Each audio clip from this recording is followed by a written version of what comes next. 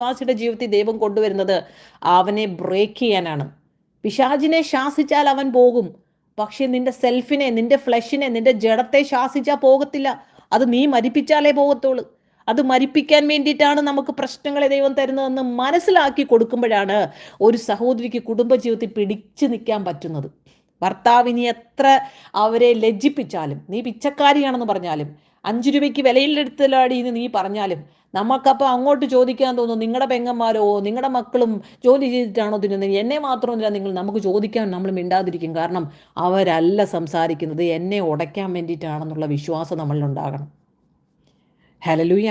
ദൈവത്തെ സ്നേഹിക്കുന്നവർക്ക്, നിർണയപ്രകാരം വിളിക്കപ്പെട്ടവർക്ക് സകലവും നന്മയ്ക്കായി കൂടി വ്യാപരിക്കുന്നു. ആകാശം മാറും, ഭൂമി മാറും, ദൈവത്തിൻ്റെ വാഗ്ദത്തങ്ങൾക്ക് ഒരു മാറ്റവുമില്ല. Hallelujah. Never never give up. ഇതോടുകൂടെ നിങ്ങൾക്ക് ആർക്കെങ്കിലും ടെസ്റ്റ് മണീസ് പറയാനുണ്ടോ സഹോദരിമാരെ?